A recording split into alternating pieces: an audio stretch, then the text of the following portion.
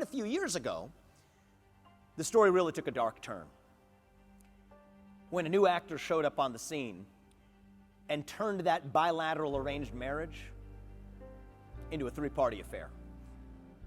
And that was none other than the Communist Party of China. And what the CCP realized was that now we can take this game one step further.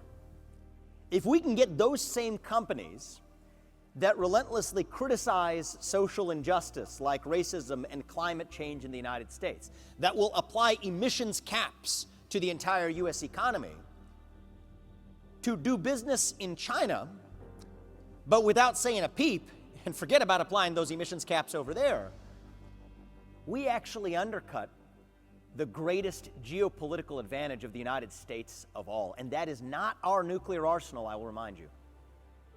It is our moral standing on the global stage. And that is how you get to a company like Disney, a couple of years ago, says it can't shoot films in the state of Georgia if Georgia passes a new anti-abortion statute, or that it cannot abide a new law in the state of Florida last year that says you can't teach transgenderism and gender identity to 6-year-olds and 7-year-olds in the classroom.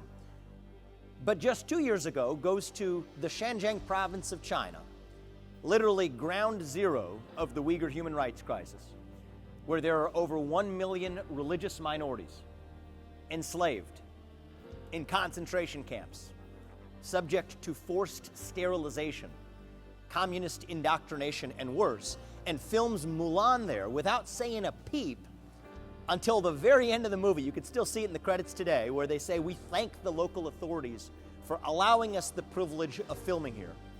Some of the very same authorities that were responsible for perpetrating probably the worst human rights atrocity committed by a major nation since the Third Reich of Germany.